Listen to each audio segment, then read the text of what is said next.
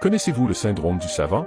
Une personne atteinte du syndrome du savant peut mémoriser des millions de données, reproduire artistiquement ce qu'elle voit et jouer des instruments sans avoir besoin d'apprendre. Nous avons l'exemple de Daniel Tammet qui a appris l'islandais en 7 jours pour s'ajouter aux 10 autres langues qu'il a apprises, ou encore de Kim Peek qui était capable de lire à une vitesse de 10 secondes par page en retenant près de 98% des informations. Il était capable de lire 2 pages simultanément. 50% des savants sont autistes. Les 50% restants ont souvent des déficiences telles qu'un retard mental, des lésions ou des maladies mentales. Ils ont une mémoire visuelle élevée et une grande capacité à capturer et à reproduire des dessins ou des images 3D ainsi que des compétences mécaniques impressionnantes. Néanmoins, ils peuvent avoir des difficultés sociales et des intérêts obsessionnels ainsi que des problèmes de logique ou de langage médiocre.